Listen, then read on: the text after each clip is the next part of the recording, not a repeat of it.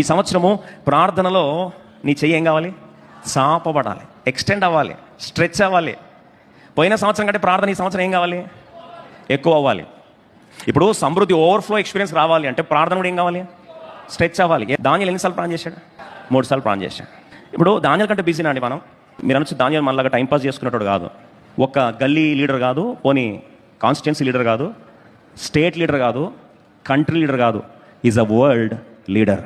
127 సంస్థానాలు ఆ దినాల్లో. వాటి మీద అధిపతి ఎవరండి? డానియల్.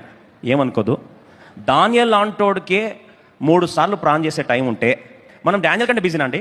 దయచేసి ఎక్స్క్యూజెస్ వద్దు. Don't please tell stupid excuses. నేను చాలా బిజీ అండి. ఏం బిజీ? దానియలు దేవుని సన్నిధిలో మోకరించడం నేర్చుకున్నాడు. రాజులు వచ్చి దానియల ముందు మోకరించారు. మోకరించే కాళ్ళు ఆకాశం వైపు చేతులెత్తే ప్రార్థించేవారు దేశాలు వచ్చి వారి ముందు నిలబడతాయి, రాజులు వచ్చి నిలబడతారు, రాజ్యాలు వచ్చి నిలబడతారు. అట్టి కృప దేవుడు దయచేయనుగాక. ఈరోజు అన్నిటి మనుషులను ఆశ్రయించడానికి టైం ఉంది, ప్రపంచాన్ని ఆశ్రయించడానికి టైం ఉంది, గూగుల్ని, చాట్ జీపీటీని ఆశ్రయించడానికి టైం ఉంది.